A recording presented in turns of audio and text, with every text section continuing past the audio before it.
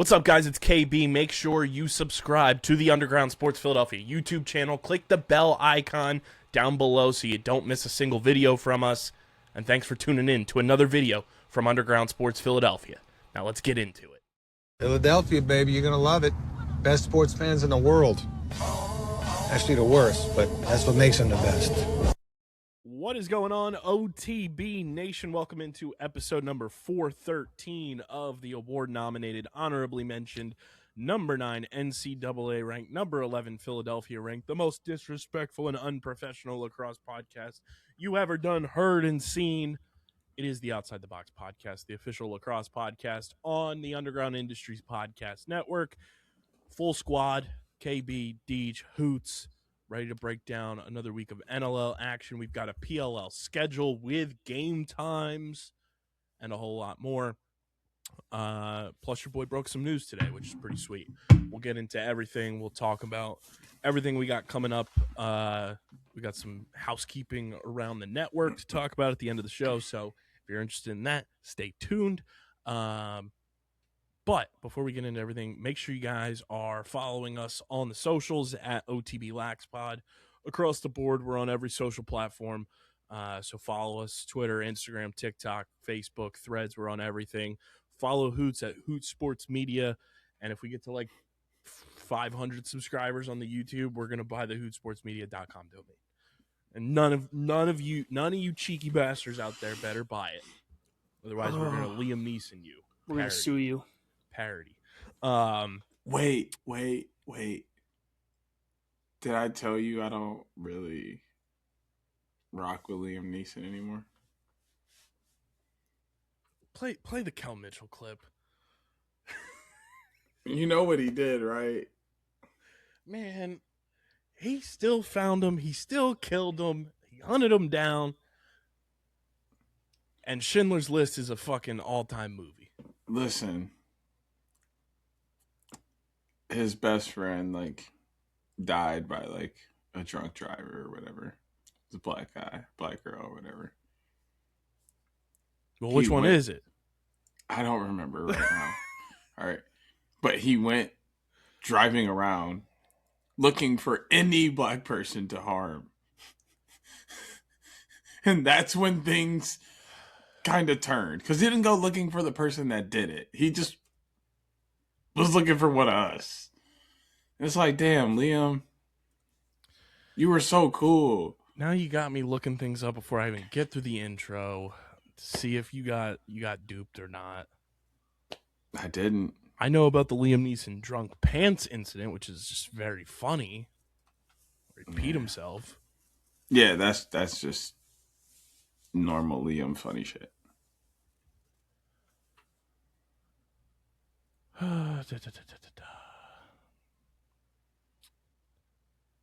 We'll assess this at a later date. Anyway, God damn it!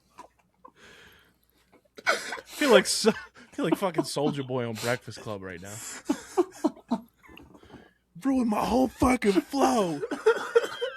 Word for word, bar for bar. We can restart.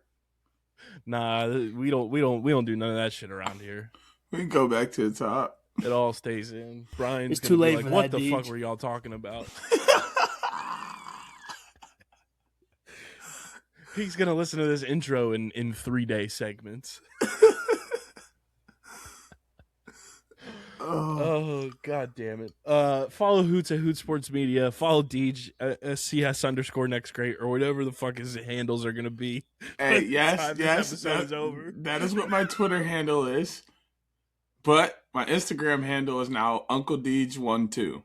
Uncle Deej12. Now I gotta re-tag you in everything on Instagram. No, you don't. It doesn't update, so it does. I just changed it. All that stuff is still there.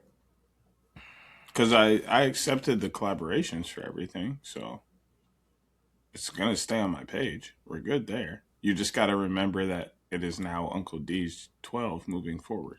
I'm saying the stuff that's in the comments. Like in the captions, I gotta change. It doesn't update. It doesn't update from the captions.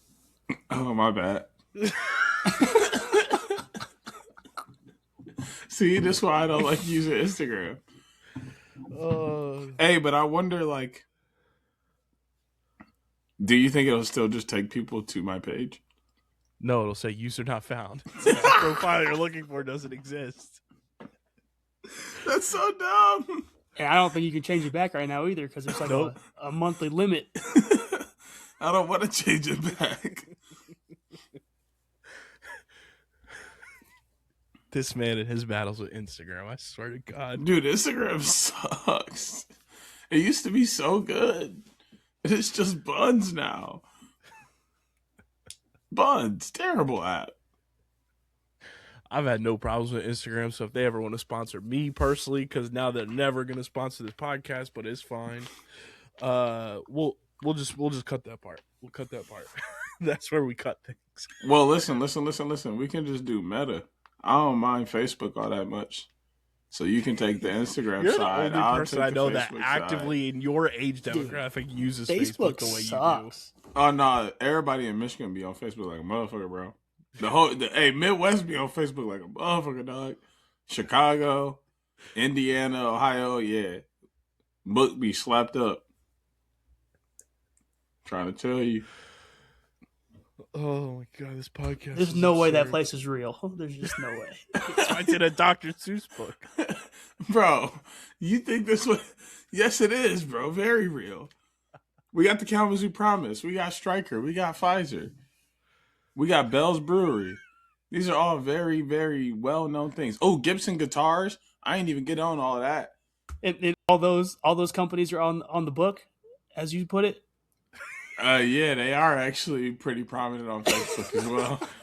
They're walking around their company office with the Meta Ray-Bans. We're doing this for the people of Kazoo.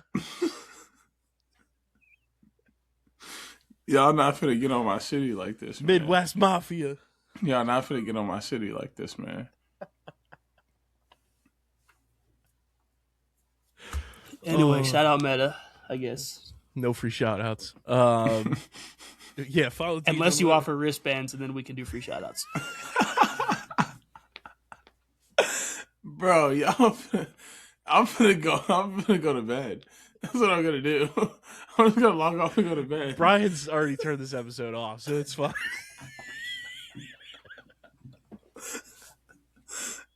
I'm telling you, I'm just gonna go to bed, dog. Y'all fucking with me. I don't have to do this. Hoots already had to take his glasses off. I don't have to do this. I got a job. Oh my goodness! All right, it's all up. It's all up. But yeah, follow Deej. We'll link his new socials in the description.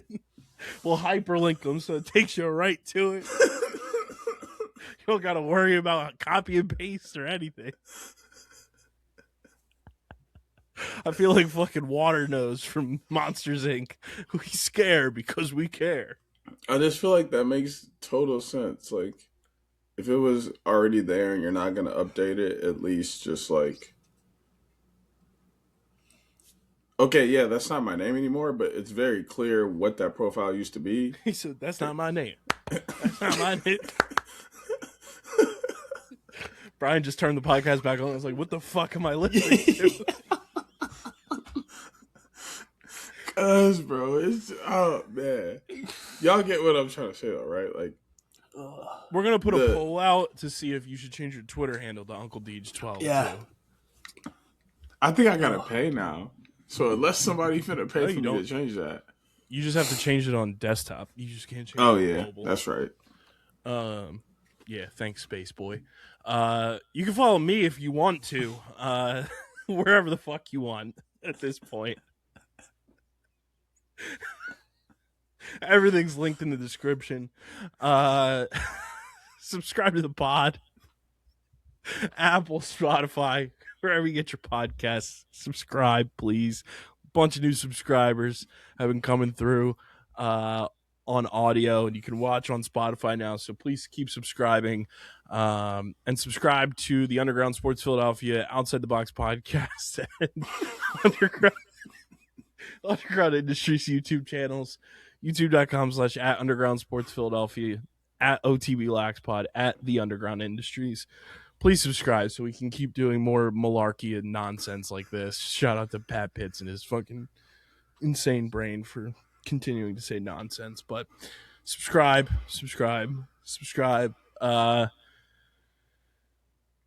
Deej, how we living?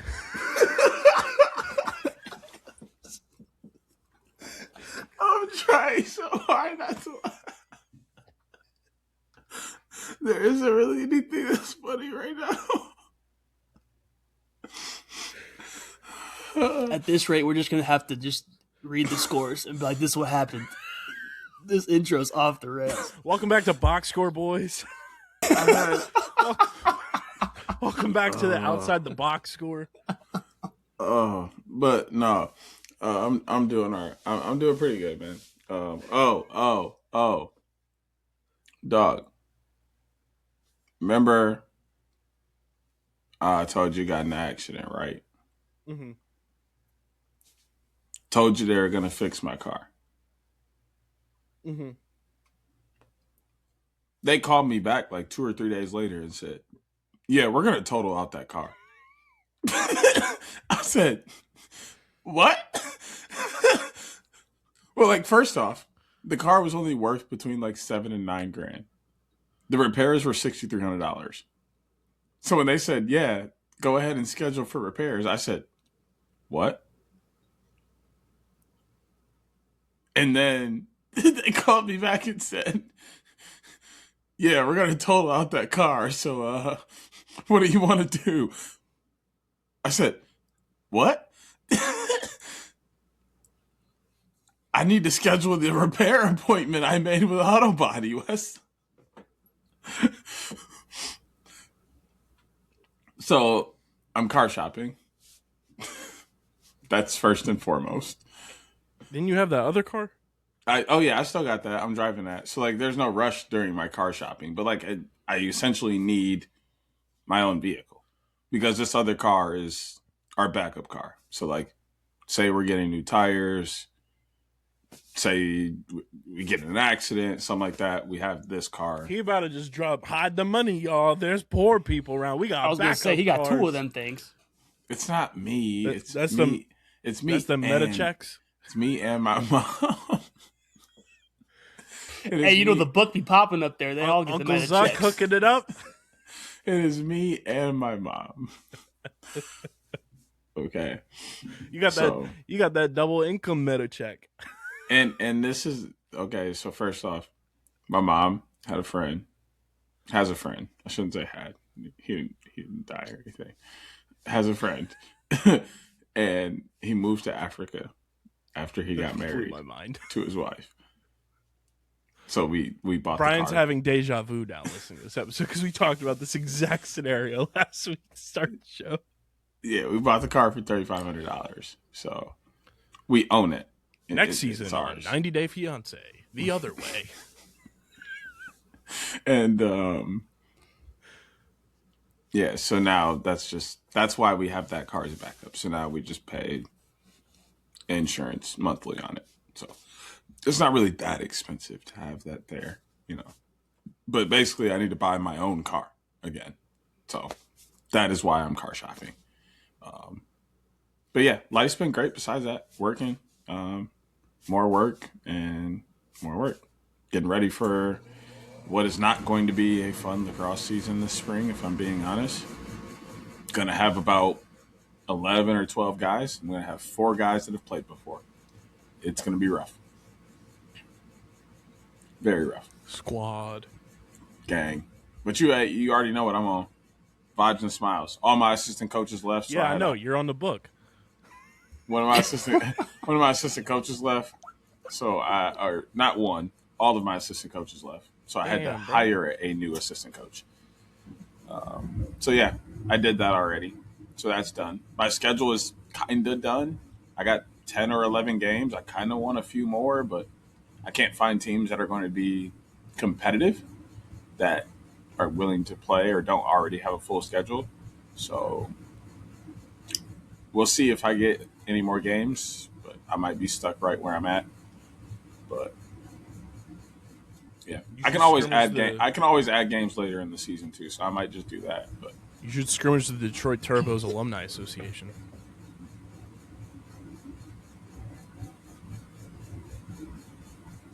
I was just getting I'm finna scrimmage my fist across your face. That was a horrible idea. Whoa! That was a horrible idea. That escalated quickly. Hey, now. That was a horrible. Yeah. Just like that idea. That escalated from, hey, I need to find competitive teams to, hey, yeah, get slaughtered by some of the best players to ever touch a stick. Bro, they're probably like 65 years old. And they're probably still 5 times better than every kid I have on my team.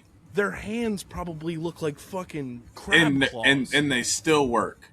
Have you ever seen a old school like a 50s plus Supers League? Homies still moving ball. Ain't none of them Detroit Do you know how? Turbos been moving ball. Hey! This is Mark. This is where you come in handy. How old are you? This man unleashed. You be balling, and you be out there all the time. So, talk to us out. You gotta get him hip. Also, that was just me hitting our episode quota of mentioning the Detroit Turbos. I mean, we could have came up with so many other ways to do that, but thank you. I agree. Bring the Turbos back, and not Also, the alumni. I was proud the of new you ones. guys trying to say that you would just dunk on some retirement home people. Nah, we wouldn't. That's why I took a little bit of an offense to it. Man, yeah, you virtually committed assault on me. I'm just saying. I thought we were a team. We are. But sometimes you get into it with your teammates. Shit. Draymond and Jordan Poole. Yeah, look what happened to Jordan Poole. He seemed all right to me. He's still a multimillionaire. That man is. He ain't. His whole life flashed before his eyes. He was like fucking with the Ancient One in fucking Avengers and saw the Infinity Stone leave the fucking timeline. That was his brain. I'm screwed. And he grew that fucking adult film star mustache, and nothing was ever the same. I agree. The mustache is a real downfall. You just compared me to Jordan Poole. Did I? Crazy. I was just saying it's that type energy. I wasn't really comparing you to. You put me in the Jordan Poole rule. Just that kind of energy. I was trying to think of some other teammates that fought. Draymond was the assaulter. I can't really think of other teammates that have fought at the moment because all I can really think about is like Andre Johnson and Cortland Finnegan. It's even worse. And like shit like that. But they're not teammates. That might be my favorite football fight of all time. That's peak. They actually hated each other. Eggshells this whole episode. Now I gotta watch. Oh my god! Get out of here! Otherwise, I'm gonna catch a fucking Dragon Ball Z Kamehameha fist through the screen. I'm not even aggressive like that. Do I need to rewind the episode? I'm not violent. I'm not violent. See, that's that Facebook energy right there. I'm not Maybe violent. share shit on Facebook like it's goddamn World Star. That's where you be getting that from. I am not violent, bro. Everything's fine. No burning trash can. Everything's actually fine. Hoots, are you still battling your virus outside of battling that laugh cough you have now? Yeah, I've been coughing like all week. I can't seem to kick that really. Dude, but I'm mostly volunteer? better. So this is This show ridiculous. is unhinged. This is the wildest episode I've ever recorded. This is, if anyone asks what OTB After Dark is, we just send them this for 20 minutes. 20 minutes, no lacrosse. Just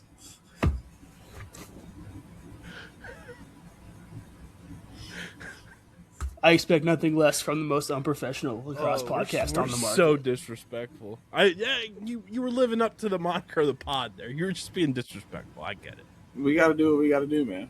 Hey, shake on it. It's all good in the hood. Hey, you can't say that in this month. Here we go, Ken.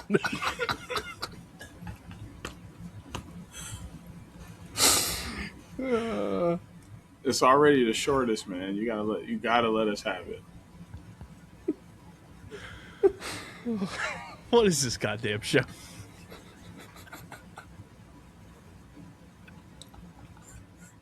Can we just talk about some stickball? All right. So week 10. Back to the box scores. We don't have time to recap, so just know lacrosse was played in week 10. Oh, man. I'm screaming.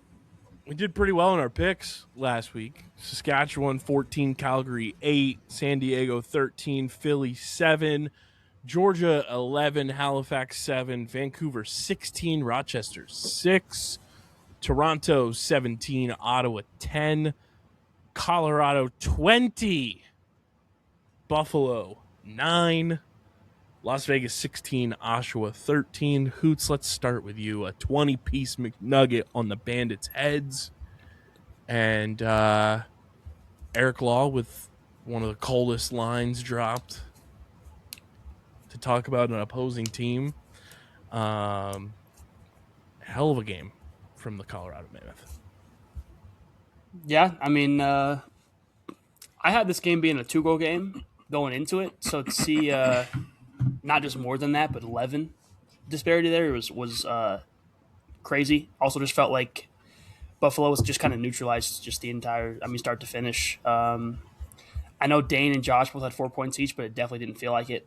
And from a Buffalo perspective, it's concerning to me that you're giving up 11 goals on the greatest goalie of all time, and your defense never adjusts at all. A lot of those goals weren't on Vince, but his defense left him out to dry. They're clearly too old on the back end, I will say that. They're very slow. They didn't have any transition, and they got smacked by a team without Will Malcolm and Owen Down, two of your better players on each side of the ball. So something was wrong with the Bandits. As for Colorado, they're just locked in right now. So yeah, they're fucking dialed in. On top of that, they released Kyle Matisse this week, which I think going into the Mammoth game, they released Triolo. Yeah, Triolo and Ronjon. So, like, they're making moves left and right. I think the one thing that you said there about the band, they are slow. They're so slow. I didn't realize it watching them on TV, but just excuse me. I mean, watching them in person, I was just like, these dudes aren't. They can't slide well at all. They can't move, horizontally. Vertically, they're not challenging as many shots as I feel like they used to. And the other thing too is just pregame warmups was just so sloppy from them to the point where once it was happening in the game, I was like, yeah, of course it's happening now because you guys messed around most of warmups. I feel like, and it translates, unfortunately. And like, we like a bunch of those guys on that team. Josh, Dane, Ian, all friends of the show. Tahoka, friend of the show. But like, I feel like this team, because they've been to 5 straight, 6 straight finals, 5. have won 3 in a row. They kind of have like that energy of like they think their shit doesn't stink, and then a game like this happens, and it's probably gonna wake them up and be like, "Oh, we need to be better." But unlike years past, like you said, they're old on that back end, and it's like, how much gas do those guys have left in the tank on the back end to supplement what a lesser offense than what they've had in years past, because they don't have Kluge, they don't have Chase, and it doesn't really feel like anyone has stepped up in their departures to like fill those shoes on a consistent basis. Like Tahoka had his best game probably of the year in this one, but still wasn't nearly enough. Like Ryan Benesh is old. It just feels like it's they just felt like they could continue the same cycle again this year and go to the finals and win it because that's just what the Bandits do. And now it's kind of catching up to them where it's like, hey, maybe we do have some issues. And also, I also think it's different because when they lost this kind of game in other seasons, it wasn't their fourth loss, whichever one they have now. I think that drastically changes things too. And also, I think they won last week, but then they lost the 2 weeks before that or something like that. Like, no, this was their third loss in a row. 3 in a row now. Yeah, they're not winning and they're not used to losing this much in a row. Like, this starts to take a toll on more than just the record. It starts to get in your head. It starts to get in the way you prepare. It starts to get in the way you play. They're reaching like a dangerous snowball effect of L after L of what people would normally call a losing streak. Like they're in a rut, but like one game can bring you out of what they're in, and then it's like not that bad because it's only 3 games. But they lose another 2, where they're talking a serious problem. Which, like, technically, 3 in a row is a streak. They are on a losing streak, technically speaking. Yes. And the other part of it is they're not a playoff team right now. If the playoffs started today, they're not a playoff team. Mm-hmm. Well, and look at their schedule that they have remaining, and tell me if you think they're going to be a playoff team based off that and the way they've been playing. Right, let's go through their schedule. So obviously they are hosting the Wings this week, which we'll talk about later. They're at Halifax, which is just like woof. For both teams, I'm saying that's just a gross game. They're at Vancouver. They're home against Saskatchewan. They're at Toronto, home against the Mammoth, at San Diego, at Saskatchewan, home against Vancouver, home against Rochester, and then at Oshawa.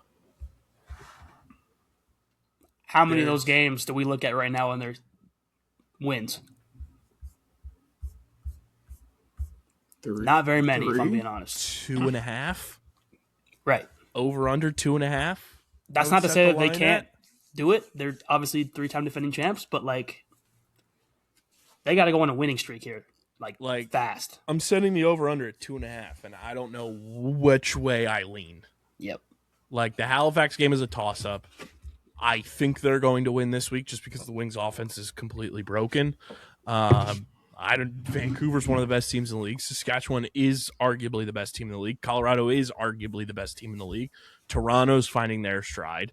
San Diego's kind of a toss-up, but you got to travel across the country to go play them. Rochester, rival, still a very good team. And then Oshawa.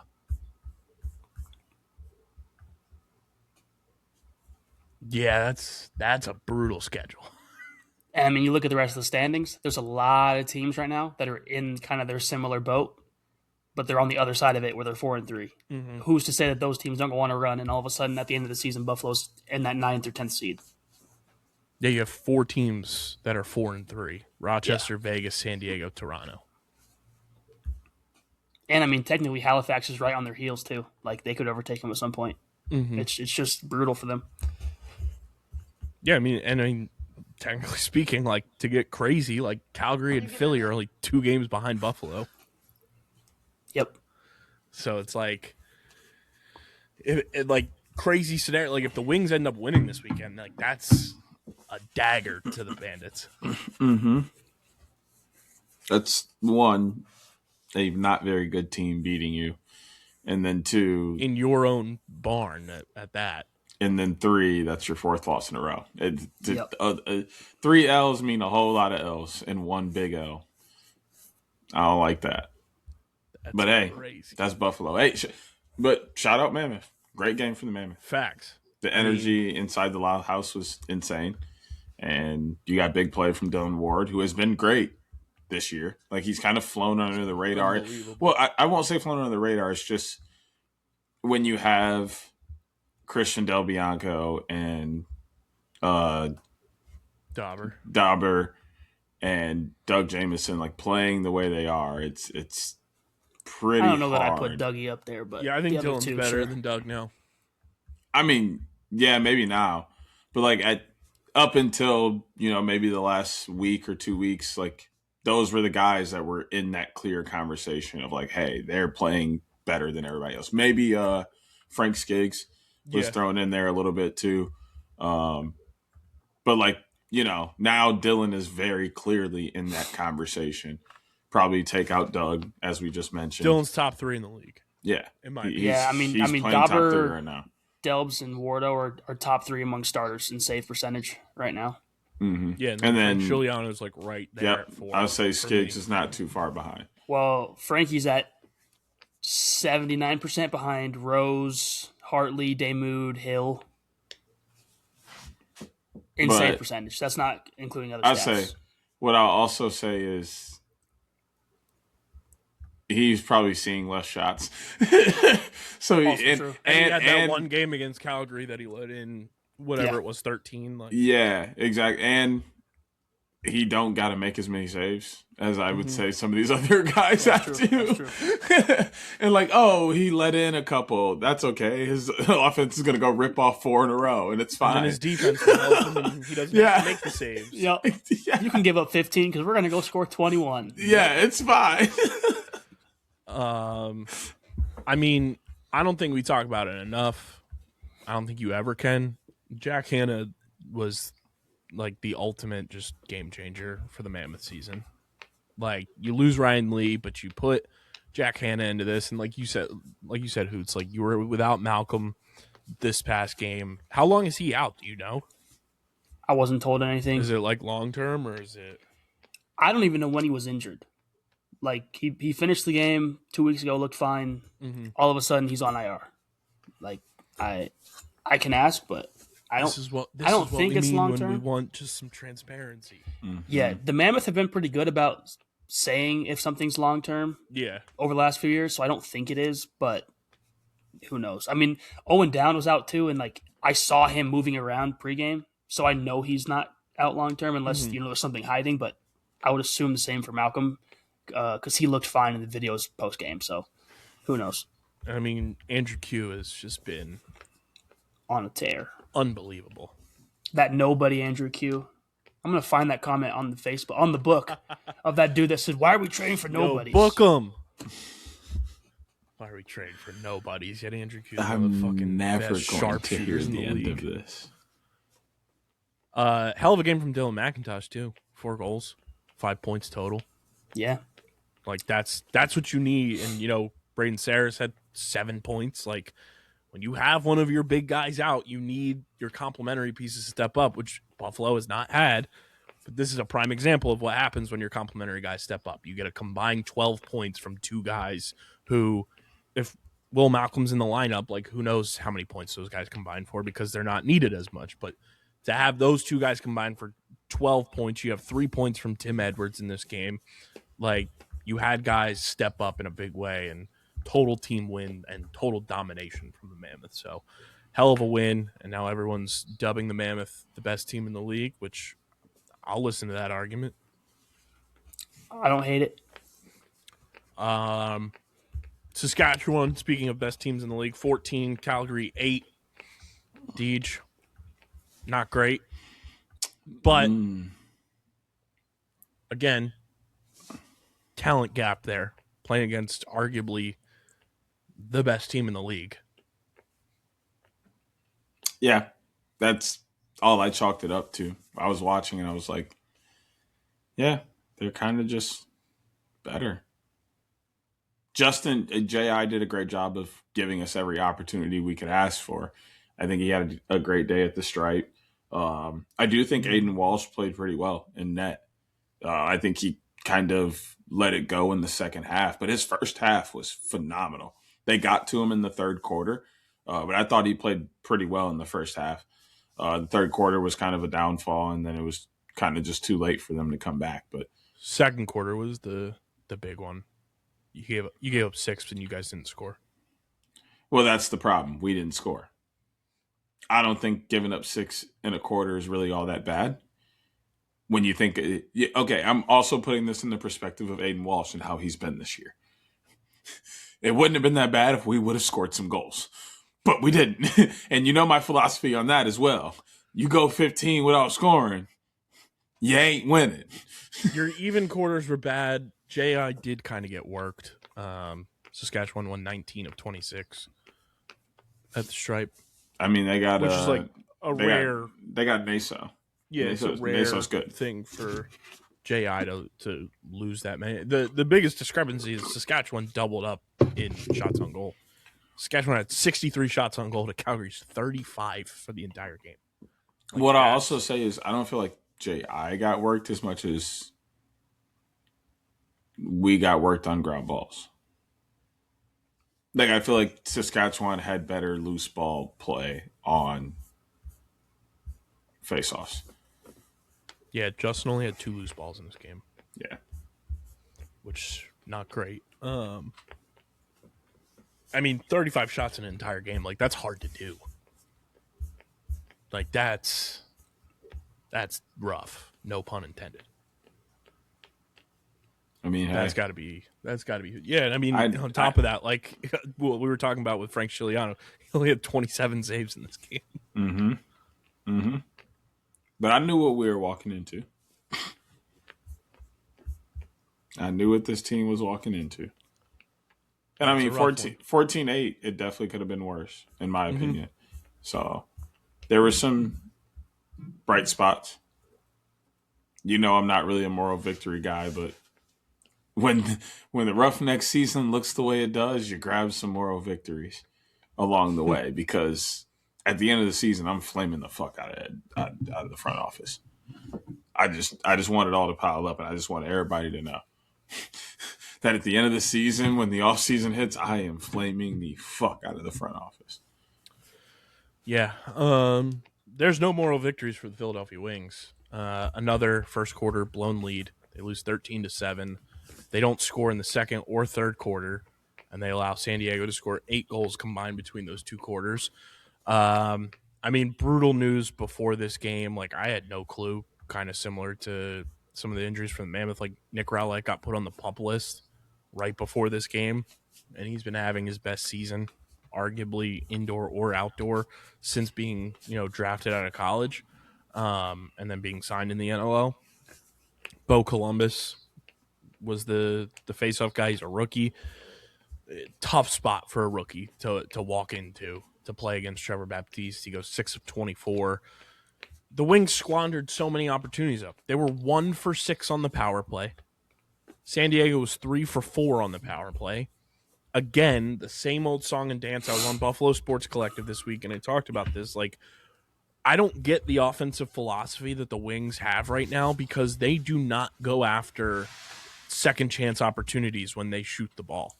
They shoot, and it's like they just fully expect, we're shooting the ball, it's going to go in the back of the net. Nobody goes and makes an attempt to get any type of rebound off of a shot. I don't care if you think it's going in the back of the net. Fucking run after the ball. No one follows their shots, and it drives me crazy. They got outshot in this game by almost 20 shots. 62-43. Like, this offense has way too many talented players to be this bad. And I don't know if it's just the collective of players. I don't know if it's the offensive scheme. I don't know if it's just too much attention to the defensive side of things, because you have a defensive-minded head coach. Like, I don't get it. But, again, this is another game after Ian Rubel said last week, or 2 weeks ago now at this point, we got to get to 12 goals, and you don't score 10. It's mind-numbingly insane that this team gets off to these hot starts in the first quarter, and then they just play not to lose. And it's just disgusting what they do after the first quarter of every single game, and then they try to play catch-up, and it's already too late. Like, you're not going to surmount going scoreless for 30 minutes in a game in the fourth quarter. Like, it's just not going to happen when you have Trevor Baptiste taking faceoffs, when you have, like, no semblance of a competent offense. like Dalton Young was back in the lineup this week. He only gave you an assist. Sam LeClaire, I think, was a healthy scratch. So it's now 4 straight games, in or not, that Sam LeClaire's gone scoreless. They held Brennan off the goal scoring sheet. Like Joe Retziterrets had a hat trick. Blaze went 1-1. He's left a lot of meat on the bone this season since coming back from injury. Phil Caputo, I think, was a healthy scratch or just didn't play, and that drives me crazy. There's a lot of things wrong with this offense, and I refuse to let Nick Demude and the defense be like scapegoated for it, because if you actually watch the games, it is so evident what is wrong with this team, and it's the offense has no cohesion whatsoever.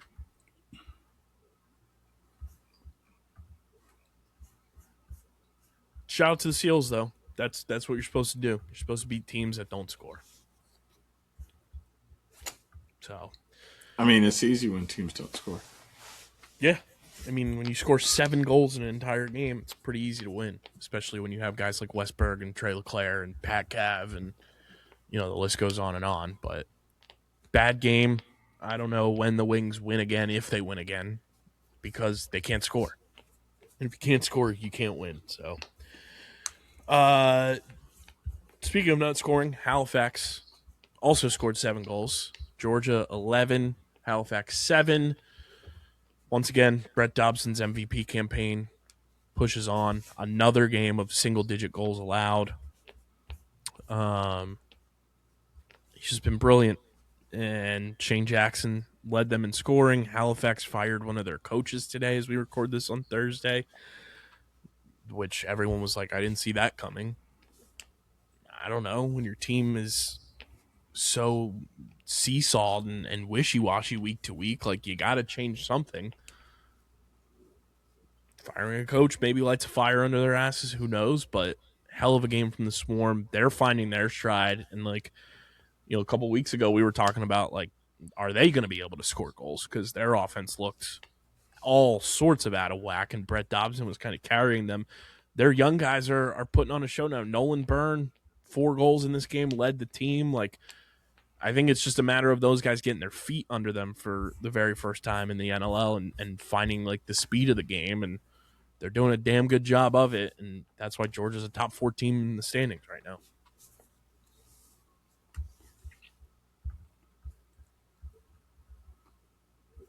LT4 is amazing.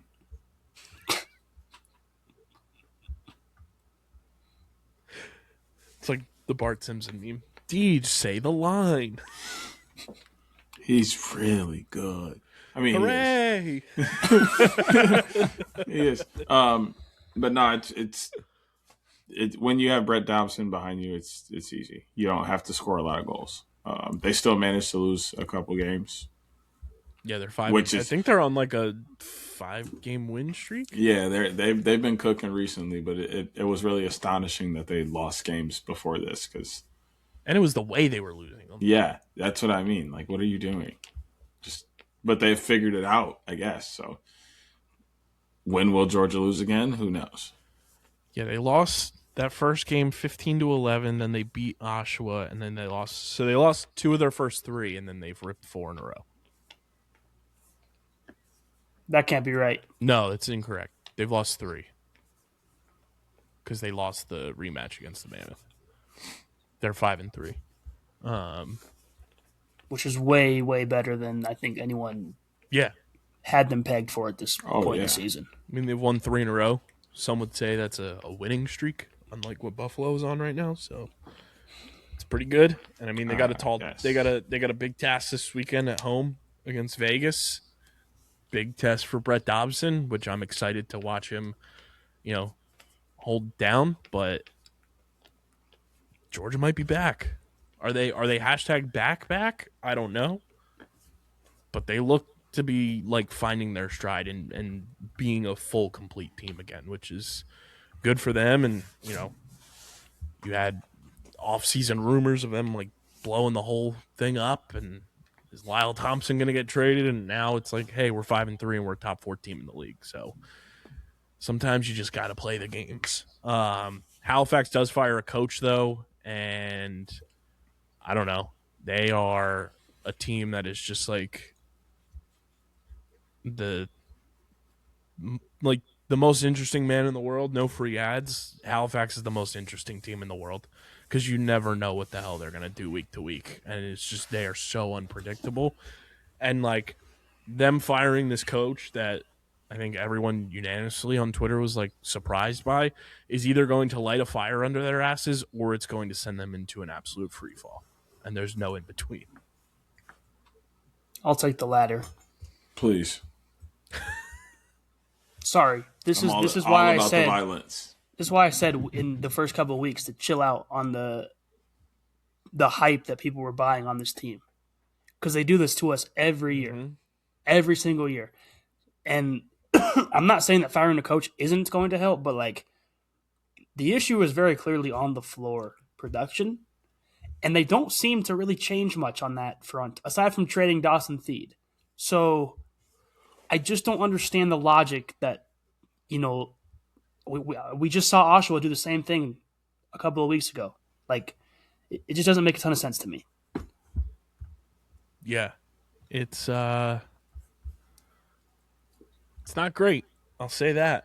You know, for a team that always has these high, lofty expectations and you have all this talent, and in the offseason you go sign Brendan Bomberry and add to this team, and it doesn't really look like it's working. And I think that's one of those like self-reflection times for this organization where it's like, what do we have to do to really right the ship? And it's a lot of self-reflection, I think. But nonetheless, hell of a win for Georgia. Surprise, like, belt to ass of the weekend. Vancouver, a 10-goal win, 16-6 over Rochester. I thought this game would be way closer than it ended up being. Rochester, this is the first time that they put up a clunker in a long time. Like, even dating back to last year, I don't remember Rochester playing a game this, like, stifled where, like, their offense couldn't do anything. They looked horrible. I couldn't believe it. I was like doing that cartoon thing, like you're Mr. Krabs. Pulled your eyes out, polished them real quick. Like, hold on, this score right? Nah. Let me turn the channel and go back. Damn, they really is getting their ass beat like this. This is crazy. Actual footage of me clicking in and out of that game, exact words and everything. I could not believe it, but the offense really just couldn't get anything going. It's the first time in a while that I witnessed that in a Rochester standpoint. They've been great. I mean, when you have some of the names that they have, it's pretty easy to get it going. And maybe I don't want to take anything away from I don't want to take anything away from Vancouver because maybe it was their defense and their scheme and, you know, what they drew up to get at these guys. So, you know, kudos to them for also going out and playing a good game and, you know, taking them out of their element. But it was just weird to see. And also, obviously, the big headline from this one is the Rylan Hartley, Steph Charbonneau. Big old incident that Hartley gets the 1-game suspension. Apparently, it's being appealed. Rochester thinks they're going to have him this weekend. Who knows? Boys, thoughts on the hit? Dirty hit. They called it correctly on the floor. I agree. End of the matter. I said that's on the run out already, but these fans that are saying they lost because they lost Ryan Hartley, you lost by 10. It wasn't because of Ryan Hartley. Right. Maybe that hurts, but also maybe you don't give up 11 power play opportunities. How about that? Mm-hmm. You know, maybe put up more than 6 potentially. I don't think Riley Hutchcraft is all that bad of a goaltender. No. So the fact that people are complaining about that first and foremost is ridiculous. And again, the people saying, well, it was a clean hit because they hit shoulder to shoulder. And first off, why are you coming out of your crease that far to hit someone anyway? That's the biggest part of it. If you're going to come out, stop sooner so he can turn and decide what to do and maybe you guys collide. But B, according to Christian Del Bianco, they sent out a memo about this before the season. Mm-hmm. So why in his right mind he decided to do this makes zero sense.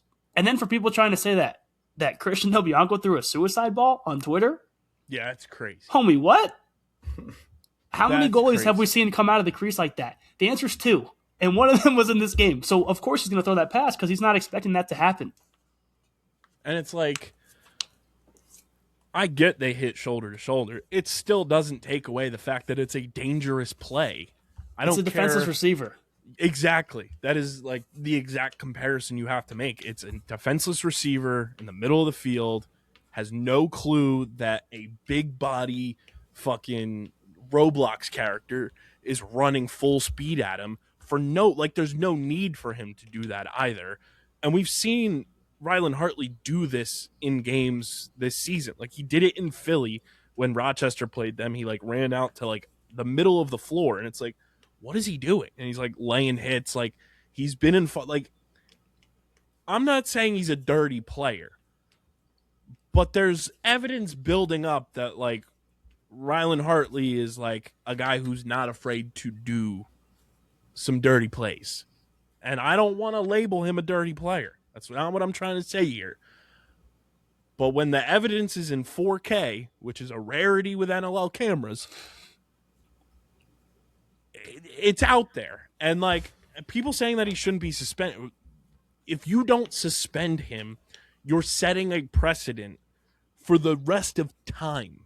Not just this season, but for the remainder of time, where people will go back to that play and say, he wasn't suspended. Why is my goalie getting suspended now? And you set a dangerous precedent that could end up being a career-ending type injury, depending on what happens. And this is a lot of hypotheticals, but you cannot set that precedent in a sport like the NLL, in any sport, quite frankly, where a play is as close to dangerous as that was, and say he doesn't deserve to be suspended. The length of the suspension, you can debate that, whatever you want to do. He deserves to be suspended. Of course, he's going to, tap into his rights and appeal it and everything. But at the end of the day, Rylan Hartley deserves to be suspended. It was a dirty play. It was called correct on the floor. I don't want to hear about the shoulder bullshit anymore. You cannot set a dangerous precedent like that in a contact sport. It's just plain and simple, point blank, cannot happen.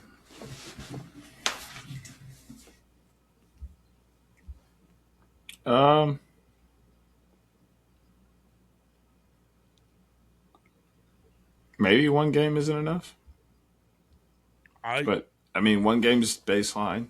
It has to be at least one game. But if they decided to do more, I wouldn't say that's I wouldn't have terrible. blinked an eye. Yeah. I think it should be more just based on the fact that they sent out a memo on this before the year. Yeah. Like, you're in the loop to know, like, hey, don't do this. I reckon, like, obviously penalties and things happen every single game. There's always going to be hits that are like, ooh, that was a little tough.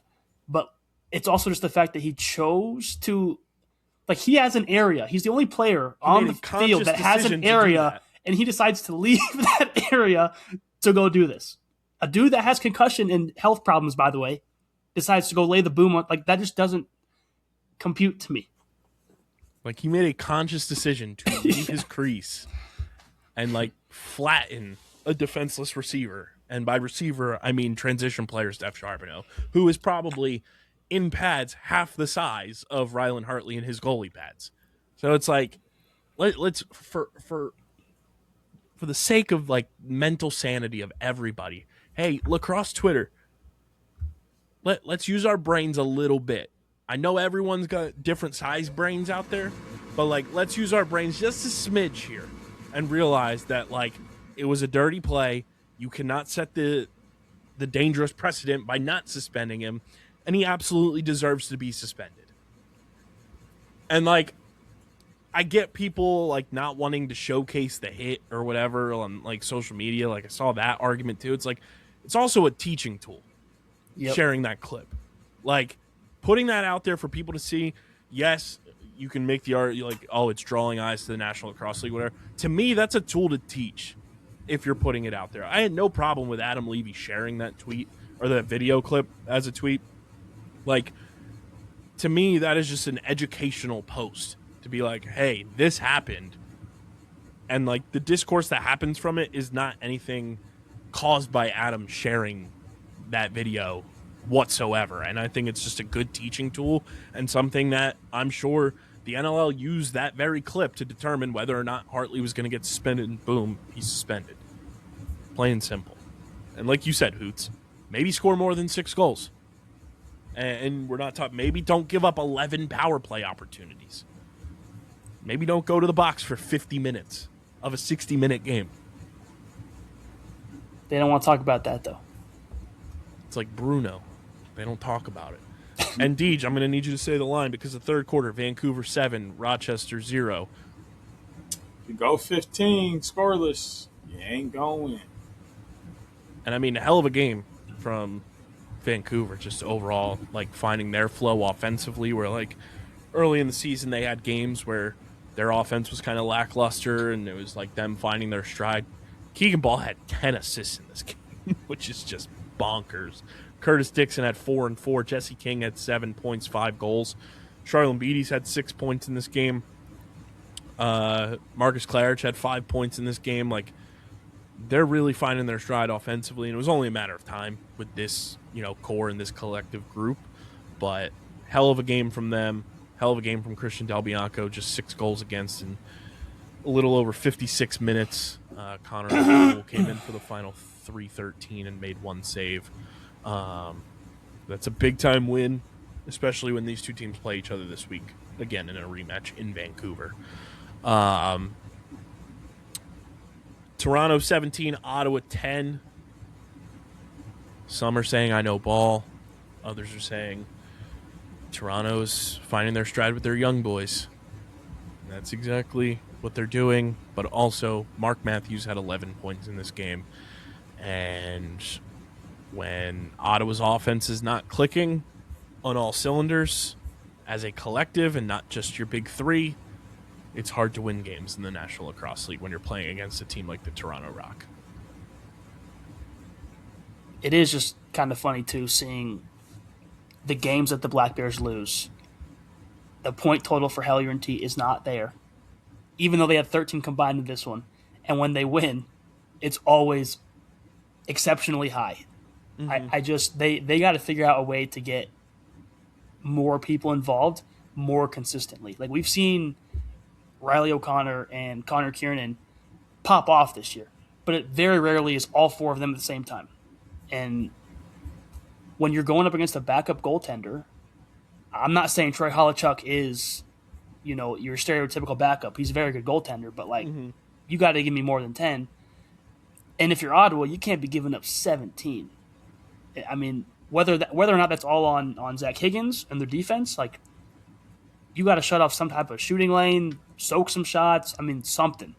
And I mean, otherwise, like, statistically speaking, the Black Bears played fairly well, but they couldn't find the back of the net. And, I think Toronto, like you said, is finding their rhythm. And if all their young guys are doing this while simultaneously having Mark Matthews play as well as he did, like, they're just going to keep getting better and better. And they're only going to add to it this offseason when they get, a top pick again. Yeah, I mean, they did what you had to do. Even though Jeff Teat had 7 points, he only had 9 shots on goal. Yep. Like, that's how you beat Ottawa, is you shut off Jeff Teat. And, Rob Hellier had his. He had 13 shots on goal. He only scored 3 times. Connor Kiernan, 4 shots on goal. Larson Sundown was 100% shooting. Good on him. 3 goals, 3 shots on goal. Riley Get that O'Connor. guy more shots. Yes. Like, get him more involved. Like, get these he's guys got to get more himself involved. more involved. Like, he passes up on opportunities sometimes. Like, if you watch the game enough, you'll see he kind of has a chance to, like, create something for himself. He'll just, like, move it. And it's like, dude, attack. Go. Like, you're scoring at a good rate this year. Take more shots because you can. Like, I don't know Which I also wonder if that's just like a coaching philosophy too, that he's just like, I'm going to do what team needs me to do, which I know they have a new coach this year, obviously, but like in the past, like I totally have seen what you're saying. And I think that was like a coaching philosophy that it's like, let's get the ball to Teat, let's get the ball to Connor Kiernan and feed them. But I wonder if that is just like a, hey, this is your role, do your job. And I wonder if he's just got to, kind of shake that a little bit and be the guy to step up when the offense isn't flowing. A hell of a game for Toronto, too. It's hard to accept a role as well, or a changing role, especially if you're used to doing something already. Like, the biggest thing is Sundown was the 2 for a while, and now he's not. And adjusting to that is a little bit different. Yeah, no, he's like the 5. Yeah. Which is like crazy to think about. But also, he's 3 for 3 shooting going into the fourth quarter. Right. And they were down 6. Against the backup goalie, like you said. Last game, the Adjective K9 Bowl, Vegas 16 to Oshawa 13. I'm just so out on picking Oshawa anymore. They're a dead team to me. Outside of our friends of the pod, want to see them succeed, but I can no longer pick the Oshawa Firewolves in our pick'em. They just what a disappointment. You think they're starting to figure something out, and then they just absolutely let you down. And it's not like they played poorly in this game. It's just same old song and dance. Very similar to the Wings. They got outshot by almost 20 shots, and they got worked at the faceoff stripe. I mean, you get outshot and you don't have opportunities to shoot. Makes common sense on why you lose. I mean, you can't win without the ball. You can't win if you don't take shots. You can't score goals without the ball and shooting the ball. They did an awful job at both of those things. Can we also rejoice that the NLL website is up to date with stats? Nice. It's about time. It only took us 2.5 seasons to update, but we're there. I'm going to say it again. For now. Yeah, for now. I'm going to say it again, though. Ethan Walker's leaving a whole hell of a lot to be desired, man. 1 point in this game. He's got 27 points through 9 games this season. To me, he's a huge part of why there's no cohesion on this offense. You go and trade for Dawson Theed. He gives you a great game, 7 points in this one. But you're coming into this season expecting a lot from a guy like Ethan Walker, and he has just been such a letdown in so many games this year. Dyson Williams feels like he's starting to find his stride. He had 4 points in this one. He had a hat trick. Ty Kurtz and Simmer are doing their thing and carrying this team offensively this year. But man, I just don't understand what is going on with Ethan Walker. And I know we've banged this drum a ton, Deej, dating back to his last season in the PLL where it was just a weird year. But I don't know what's going on with his offensive game because it's just leaving so much to be desired from what we have come to know Ethan Walker as a pro. Well, honestly, I don't even have a problem with him really averaging 3 a game. The issue is that then games like this come up where it's a 2-man game of Kurtz and Simmons. Obviously, Theed had a good game too. But this is an opportunity for him to step up. And it just didn't happen. And Dyson was the same way early in the year where it was hey, this is your time to come be a force in the offense. Mm-hmm. And he wasn't. So to his credit, like you said, he's been coming around, but that's where this offense is just confusing to me is they have so many guys that we know can play well, and yet it's they pick and choose when to show up all at the same time. It's what, 18 games a season that you'll end up playing if you play a full healthy season. The pace Ethan's on right now, he's on pace to score a career low in goals in 22 if he averages, what he's averaged through the first half. And he's on pace for, well, I should say career low in terms of playing a full season. His rookie year, he only played 10 games. And then he's on a trajectory to be his first full year with Oshawa when it was Albany, obviously. In terms of assists, he's on pace for 32 assists. It's not good enough for a player of his caliber. And I think he knows that. I would hope he knows that. But when you have a guy who has been such a vital part of your offense and you see what he's done, when he's on one in 2023, 2024, when they went to the finals, 84 points, even last year when it was kind of a down year, he still ended up with 74 points.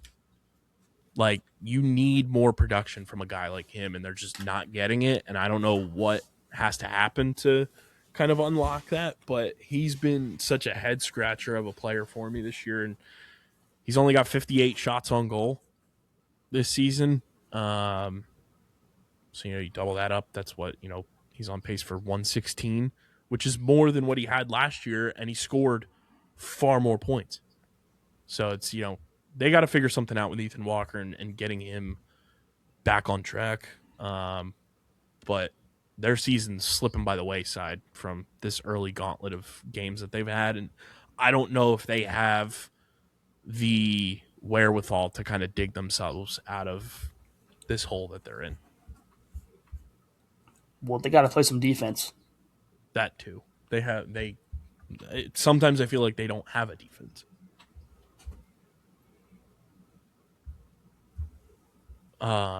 Desert Dogs, good game.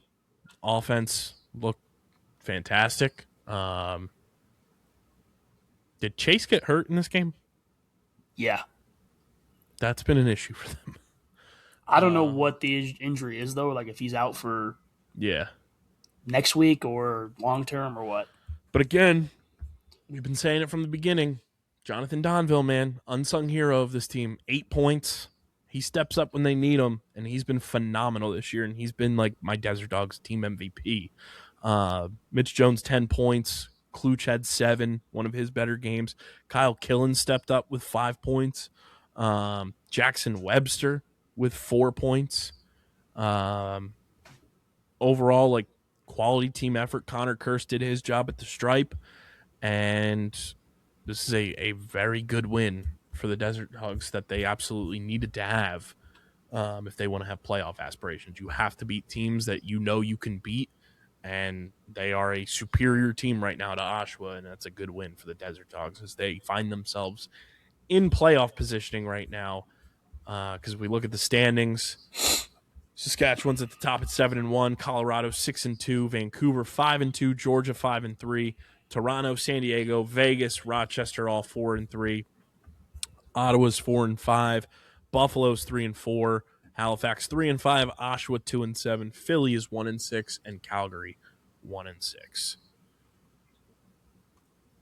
So that was week 10 in the NLL. Our wrap up there brought to you by our friends over at Buff. Guys, there's no better way to protect yourself from the elements, whether it's the cold, the heat, the wind, what have you, than with our friends at Buff. Going outside, you got to make sure you're protected from the elements. Buff has you covered with the best headwear, the neck gaiters that they have to make sure you are protected from all of the elements when you're outdoors. Use our link in the description to shop with Buff. Check out their Survivor collections as well, and so much more. But make sure you use that link in the description so they know you're coming from us, and shop with our friends at Buff and protect yourself from the elements all year round with our friends at Buff. And we thank them for being a proud partner of the pod.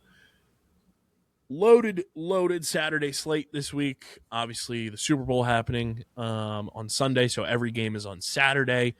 They are very clustered together, which is unfortunate, but them's be the breaks when you're going up against the big dogs in the NFL.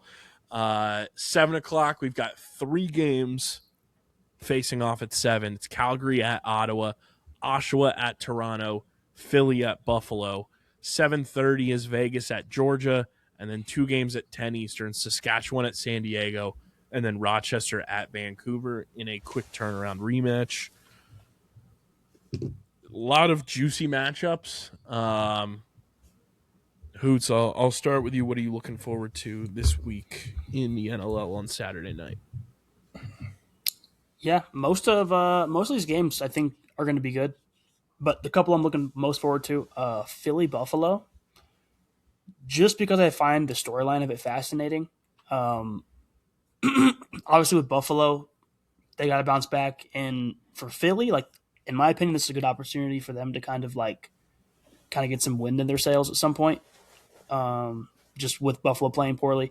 Vegas, Georgia is probably my most entertaining game in my mind, just thinking about the offense that Vegas has, the defense Georgia has, and then kind of that up-and-coming offense that Georgia's kind of had recently. Very intriguing. And then Rochester, Vancouver, to see what happens if Hartley plays. we'll see. But they got to get their lick back, obviously, because if you drop 2 of them against Vancouver, that's going to be a tough sledding for them. In the standings, the other games, I think, it's Lacrosse. It'll be fun, but I think those 3 are kind of like my top 3 on the weekend. Yeah, I mean, I think off the rip, Vegas, Georgia is like my favorite game of the weekend, hands down. Just from an offensive perspective for Vegas, Brett Dobson going up against Mitch Jones, Kluge, Donville, and the rest of those guys. Seeing what Lyle Thompson and Shane Jackson and the young guys on that Georgia offense are going to be able to do against a Vegas defense that has shown they can give up goals, but they've been pretty solid as of late. So I'm excited for that game big time. It's in Georgia too, which I think is an advantage for the Swarm. Philly Buffalo is going to be intriguing because if you're ever going to get right and you're the Philadelphia Wings, it's this week with a Buffalo team that is just right now in free fall. But again, it's Buffalo. They're coming off a belt to ass kicking, and you're at home in front of 19,000. So I'm not going to be surprised if Buffalo turns around and puts up a 20 piece of their own, just because that's what Buffalo does, and they have Buffalo voodoo magic. Calgary, Ottawa is very intriguing to me. Indeed, I'll let you have the floor on it to talk about it. But again, in a similar vein, like this feels like a game where if Calgary's offense is going to find their stride, this is the game to do it because you're playing against a team that is notoriously shown that they have a very difficult time playing defense in front of Zach Higgins. Yeah, I was just thinking the same thing. I think this is a great opportunity for Calgary to get back in the win column. Haven't done that in a long time. But Ottawa's had its struggles this year, both on the defensive and the offensive end, just like Calgary. So I really think this is a game where the first team to get hot and had a sustained run might be the team that ends away with a victory because both of these teams are streaky. They get going for a little bit, then they get cold. Get going, get cold. So the first team that's able to really have some solid momentum and traction in this game will most likely win this game. So I think that also creates just a naturally exciting environment because also there's a chance that neither one of these teams ever really gets a solid footing and gets going, and then it's just a close game the entire time. That's just back and forth blows. So I'm really looking forward to that. I obviously like the rematch of Rochester and Vancouver a ton. That's self-explanatory. You blow out a team like Rochester, you best believe you're going to get a huge punch in the face when they see you again. It just so happens to be the next week's for Vancouver. So it's still a very fresh wound. And then Saskatchewan and San Diego. As San Diego slowly creeps back toward the top of the league, that's got to be a circled game for a lot of people. Yeah, and some news, too, across the docket for that Ottawa and Calgary game. Jay Thornbarrett was placed on injured reserve today as we record this. And Chase Frazier for that Vegas game, he was placed on injured reserve, and Tony Malcolm was activated. So some moves there. And then the other move that we haven't really talked about, too, because your boy broke some news about it as well. The Loose Mesh podcast reported that Kyle Jackson signed with the Wings. I knew that this move was kind of in the works from just talking, to people around the organization, like that there was mutual interest once Kyle got released from Oshawa.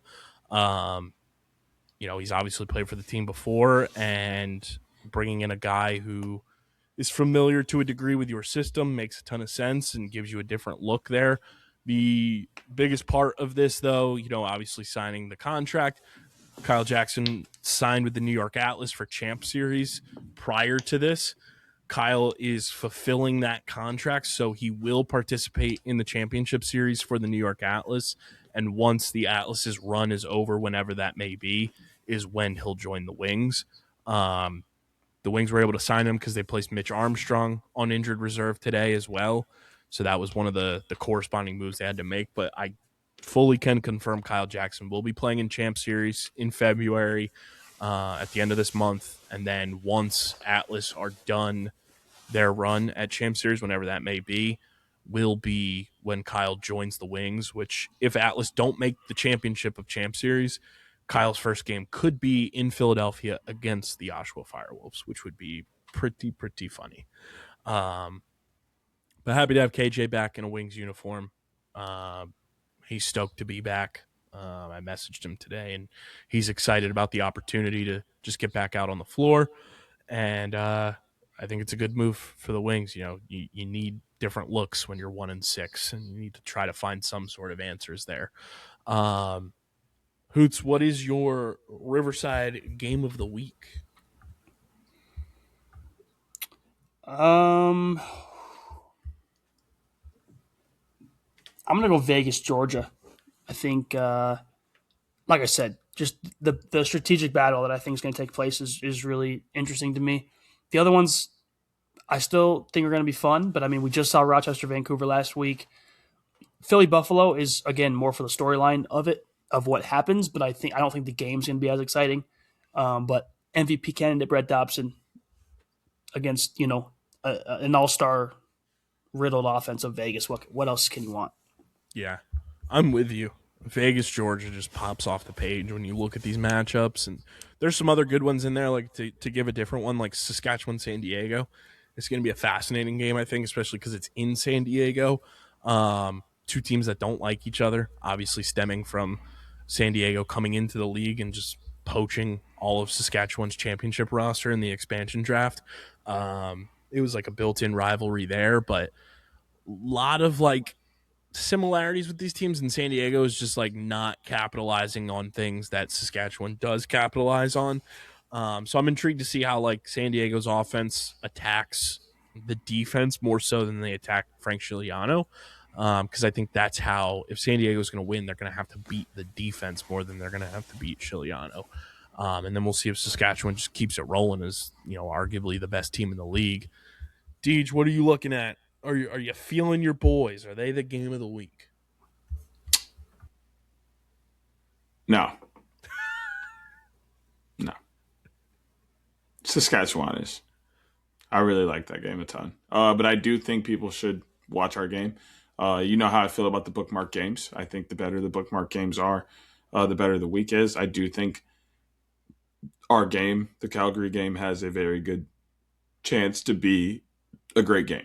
I think this is a game that very much could come down to the last shot, or could go to overtime based on the way these two teams have played recently and their trajectory as teams. It could be a very fun matchup. So obviously turn that one on to start the weekend. But I think Saskatchewan and San Diego is really the game of the weekend. Sneaky storyline game. I think this is the first time that these two teams have played since the opener. Oshawa at Toronto. Our guy Simmer called out Jamie Towick after that game. So, like, first time they're playing against each other since opening weekend. It's in Toronto or wherever the hell they play, in Hamilton, whatever you want to call it. It's at Toronto. There could be some fireworks in that game for sure. Which, by the way, the social video that the Firewolves put out, I don't know if you guys saw it, where they're making fun of them not being in Toronto, is great. Everyone should take a look at that when you get a sec. It was awesome. That's hysterical. I mean, that's what good social media is all about. Yep. Especially when your team's not playing well on the floor. You might as well have some fun on social media. You might as well cash in there. But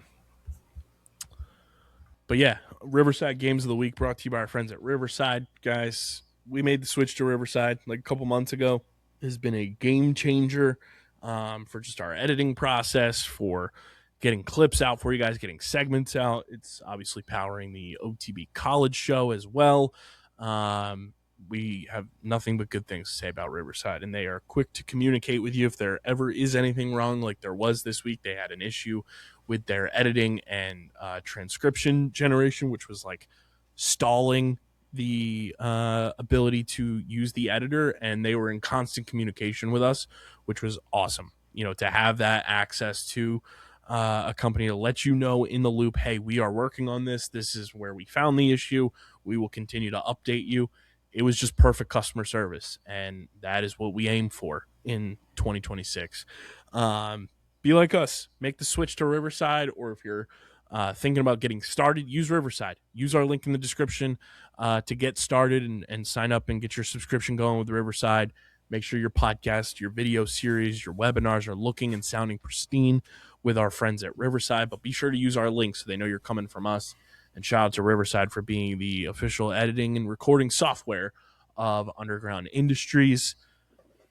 I think without any further ado, we head on over to the pick pond and we feed some ducks and we dish out our Week 11 NLL Picks of the Week, brought to you by Kenwood Beer, the official beer partner of Underground Sports Philadelphia. It's a refreshing light beer, just 4.1% ABV, 120 calories, just 8 grams of carbs. You guys can go to kenwoodbeer.com.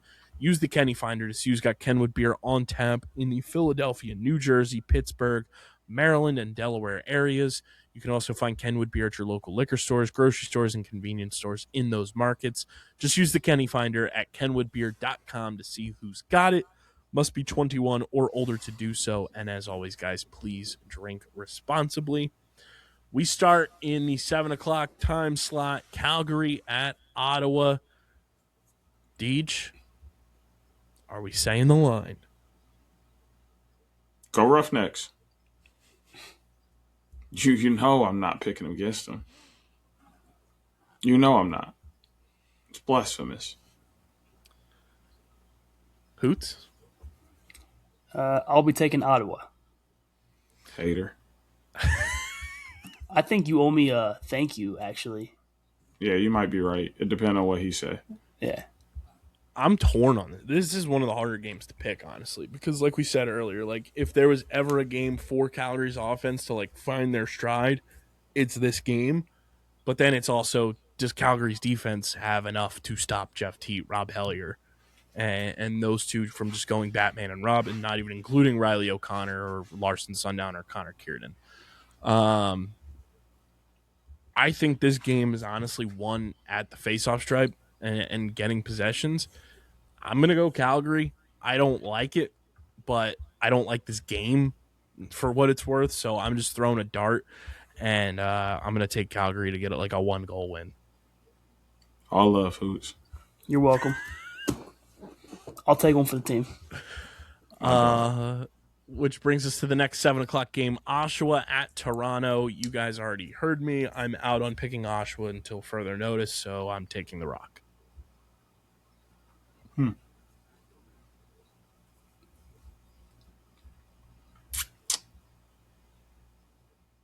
I like the Rock in this one as well. I think their offense has been more consistent and more reliable. So I have to go with patterns, and their pattern has been more wins than the latter. So I'll take the Rock to win comfortably.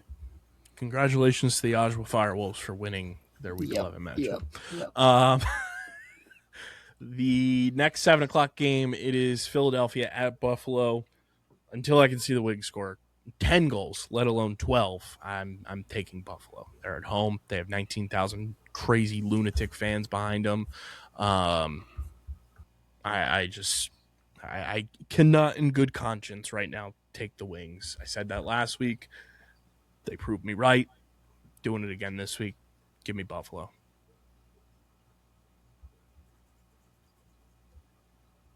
Really?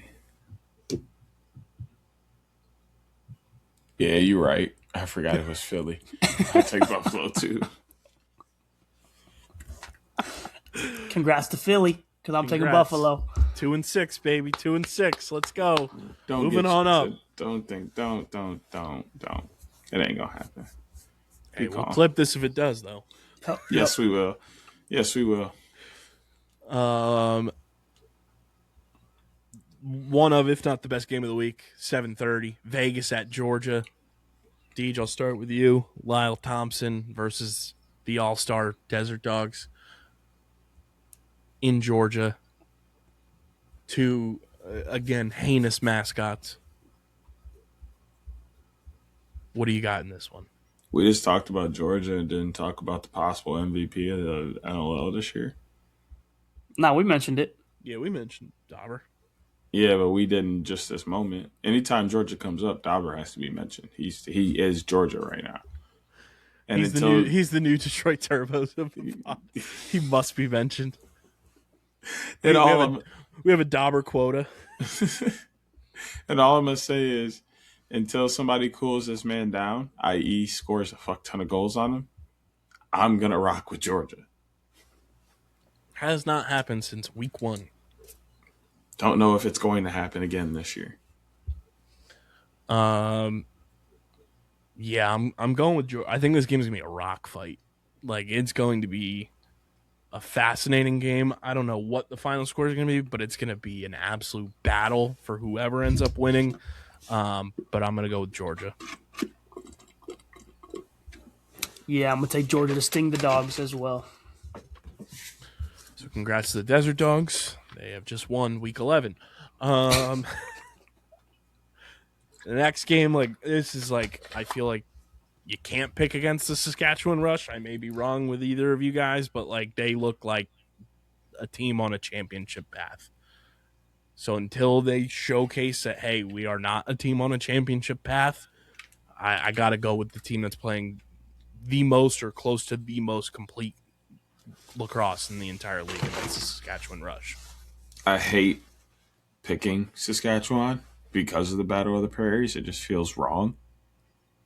Disgusting, awful, but fuck, they are so good. They're so good, and they're not playing Calgary this weekend, so give me those dudes in green. As you wear a Seals jersey.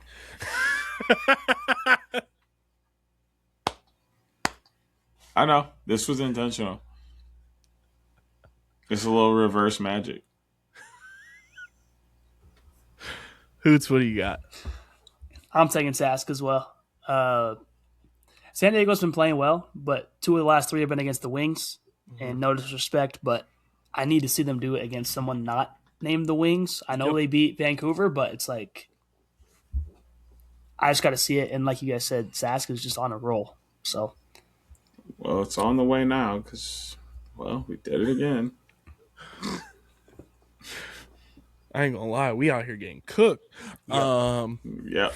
Final game of the weekend, Rochester and Vancouver. In Vancouver, who knows if Rylan Hartley plays? We won't know until 7 o'clock Eastern time, probably. Hoots, what do you got in this one? I'm taking the black and gold to sweep our Riverside Team of the Year. I forget what it's called. It's late, I'm tired. But yeah, they even if Hartley plays, Vancouver's, like we said, found their rhythm. And if Rochester can't score more than 6 goals against this defense, they couldn't do it at home, who's to say they're going to do it in Vancouver? I'm going to go with Rochester. I think when you play a game as poorly as they did, it leaves a bad taste in your mouth, and to be able to get a quick turnaround rematch is a positive for a team like that. They're too talented of a team to not be able to, figure out some of the flaws in their game last week. I think it's going to be a battle for whoever's going to win, but I'm gonna take Rochester to win the back half of the home and home here against Vancouver. Yeah, I brought up a little bit when I was talking about the games of the week and such, like beating Rochester in the fashion that you do, it stings, and they remember, and it wasn't too long ago. I think Rochester wins one. I don't think they win in the fashion that Vancouver did, but I don't think it'll be too close either. Maybe, 4-ish, 5-ish goals. So there you have it. Deej, you've got Calgary, Toronto, Buffalo, Georgia, Saskatchewan, Rochester. Hoots, you've got Ottawa, Toronto, Buffalo, Georgia, Saskatchewan, Vancouver. I've got Calgary, Toronto, Buffalo, Georgia, Saskatchewan, Rochester. And those are our NLL Week 11 picks of the week, brought to you by Kenwood Beer. We'll quick hit this. The PLL schedule is out. The WLL schedule is out with game times. and all that good stuff. It's brought to you by our PLL app code. Guys, download the PLL app in the App Store, Google Play Store. It is the best way to keep up to date with the PLL all season long. New season of PLL Nation is live. It's a gamified app, so you earn experience points for logging into the app every single day, accomplishing tasks, answering trivia, playing daily fantasy, weekly fantasy when the PLL season's in swing. They've got PLL Pick'em, TLN Pick'em for college, and so much more. So download the PLL app and go to the redeem code section and use code OTBPOD. It's OTB Pod, and you get 500 XP on your account. So again, go to the redeem code section in the PLL app and use code OTB Pod to get 500 XP on your account and keep up to date with everything in the PLL all year long in the PLL app. Game times, matchups, an interesting schedule across the board. Some teams playing in some locations, some teams not. Some 3-day weekends, depending on a WLL game being involved and what have you. What do we make of this schedule and who's playing where and who's got bye weeks? And it's been the discourse of lacrosse Twitter since the schedule dropped. Hoots, if you want to start, you can. Yeah, I'll be honest. I didn't really deep dive into the actual matchup schedule. To me, I think it's a lot to digest all at once. I know there's some stuff I saw about teams having bye weeks, week 1 and the final week of the season. I'm very openly anti that. Every single year that this has happened, I've said that shouldn't be the case. Everyone should be playing week 1. Everyone should be playing the final week, or everyone should have it off. Mm-hmm. But as far as just seeing everything kind of laid out, it's exciting that some locations have 5 games, for sure. Obviously, Denver being the one on my radar that has 5 is awesome. Interesting that we're going to see some teams playing twice not just at their homecoming weekend, but at other weekends. Obviously for scheduling purposes, and we know with like the World Cup and everything, that's throwing a wrench in some things that has to happen. But overall, I think it's just exciting to see expansion in the scheduling and that type of thing. So some cool places as well that they're going this year. So I'm excited for that. Only thing I'm disappointed in is that the Outlaws have to play the Archers again in Utah. Let's switch this up. But I digress. Yeah, the Cannons had the bye week, week 1, and they have a bye the final week of the season too, which is very interesting. But they play a doubleheader in the neutral site in Rhode Island, which is almost like a de facto second homecoming for them. They'll have home field advantage in those games for sure. They'll play twice there. I think 1, 2, 3, 4, 5, 6, 7. So one of the teams is not playing. The Archers are not playing after their homecoming weekend. So the Archers are not in a neutral site, which is the first time we've seen that happen too, where typically the neutral site, every team plays there at least once. That's not the case, at least for Rhode Island. So the Archers will not be in a neutral site. Baltimore, the Whipsnakes have obviously their homecoming. There will be a Maryland Charm California Palms game that weekend as well. No Redwoods in Baltimore. I think that's the only team missing that week. That's 1, 2, 3, 4, 5, 6. Yeah. So no Redwoods, but Palms fans, if you're California through and through, you'll be playing in Baltimore. Charlotte, the Atlas are playing, Redwoods are playing. So the Whipsnakes will be off after their homecoming, which seems to be the trend here because we go to Long Island. Chaos are not playing, but this is one of the weirder weekends where only 5 teams will play on Long Island. Outlaws are not playing. The Chaos are not playing, and the Water Dogs are not playing on Long Island. You will have a WLL game that weekend, though, so that is in the mix as well. But 3 teams off on Long Island, which is interesting. San Diego, you've got California Redwoods homecoming. No Atlas, obviously coming off of their homecoming weekend. And who else is missing? I think that might be it. Yeah, I think it's just Atlas missing in San Diego. And then you go to All-Star in Annapolis. Then you go to Chicago. 1, 2, 3, 4, 5, 6, 7. Every team is playing in Chicago plus a WLL game. That's exciting. That'll be Friday, Saturday. And the Saturday slate is pretty loaded. Fairfield, you get the Battle of Fairfield, as the Boston Battery and the New York Stampede fan supporter groups put it. That is on the schedule. 3-day weekend in Fairfield. Redwoods and Whipsnakes and Boston Guard Maryland Charm will play on Friday. Chaos Outlaws Archers Water Dogs will play on Saturday, and then Atlas Cannons on Sunday. So I think that also includes every team playing in Fairfield. Hoots, as you mentioned, Denver weekend, 3 games on the Saturday. We'll have an afternoon game and then 2 night games. Is anybody off that weekend? Yeah, the Woods are off. Redwoods off in Denver. Then you go to Columbus. Redwoods play Chaos, so that's 2 teams there. Boston Cannons, Utah Archers. Denver and Maryland. Carolina, Philly. And then Atlas and Redwoods. So the Redwoods will be playing twice in Anthony Kelly's backyard in Columbus. And then Boston homecoming weekend, another one of those big ones, because you have Boston Guard playing their homecoming as well. Cannons, Whipsnakes, Archers, Chaos, Outlaws, Atlas, Cannons, Redwoods. So the Water Dogs will not be playing in Boston, which is a bummer. And then you go to Philly for the final week of the regular season. Water Dogs play twice. They play the Whipsnakes and the Atlas. And then the Redwoods play the Outlaws. So no Archers, no Chaos, and no Cannons in Philly. But you also have the WLL championship game. Interesting schedule.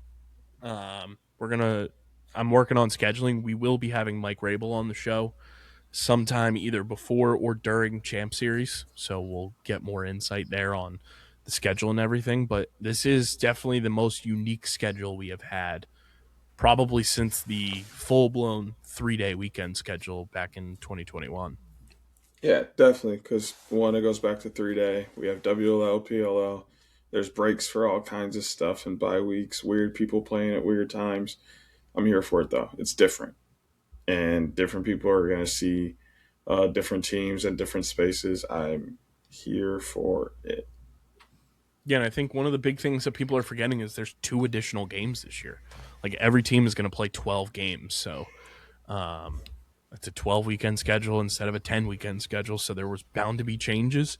And, you were going to have changes for obvious reasons. Like, there's no start in Albany. We finally get a new team to kind of, kickstart the season and have their homecoming be the opener. And, you're in a bunch of new places. You're in a brand 2, new neutral sites to the schedule. One of them is a return neutral site, but you have 4 overall neutral site games on top of, like you said, Deej, 10 WLL games and the championship game on the schedule as well that you have to, pack into this. And then you have the playoffs, and it's going to be a fascinating.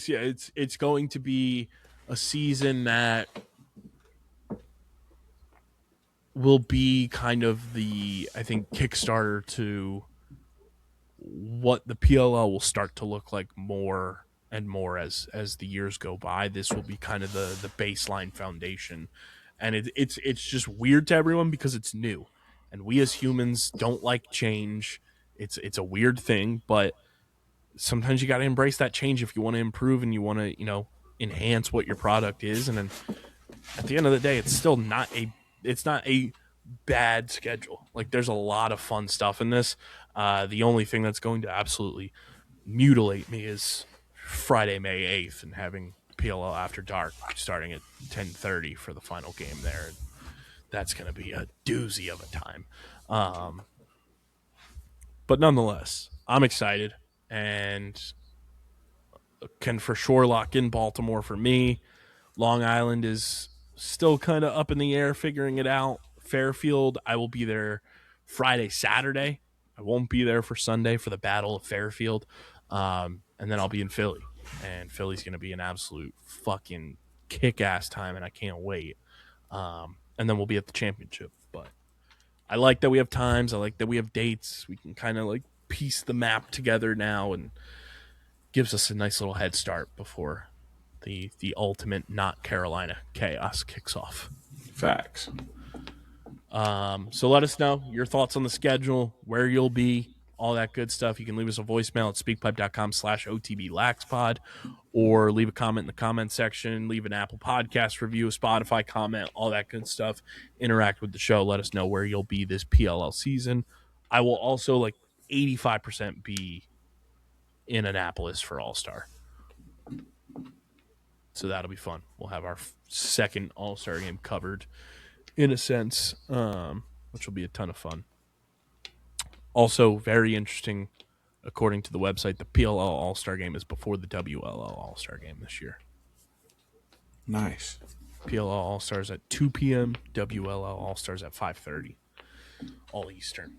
So that's interesting. But yeah, let us know your thoughts on the schedule.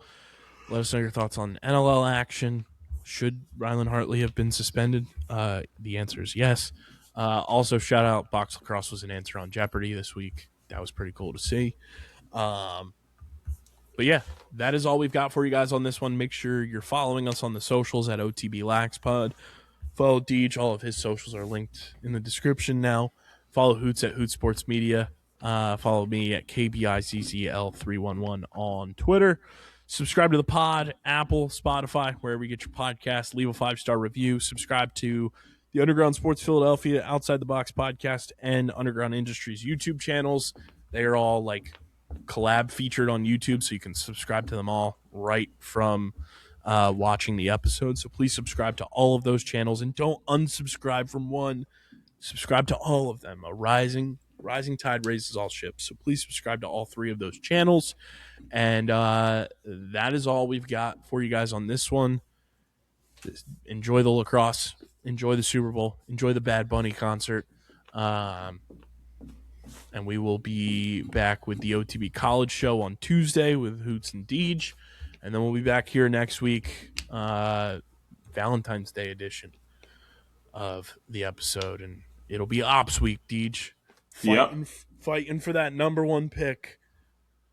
Well, I hope that we lose. No, you hope that you win. Sorry, yes.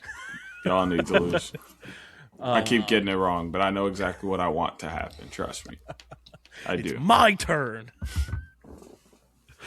But this has been episode 413 of the award-nominated, honorably mentioned, number 9 NCAA ranked, number 11 Philadelphia ranked, the most unprofessional and disrespectful lacrosse podcast you ever done, seen, and heard. It's the Outside the Box podcast, the official lacrosse podcast on the Underground Industries Podcast Network. For Hoots, for Deej, for Brian, listening to this episode in 6 different segments this week. Enjoy the lacrosse. Enjoy the Super Bowl. We'll see you on Tuesday with Hoots and Deej, and then back here next Friday for another episode of the Pro Lacrosse Breakdowns. But until then, we're getting the heck up out of here, everybody. Peace. Peace.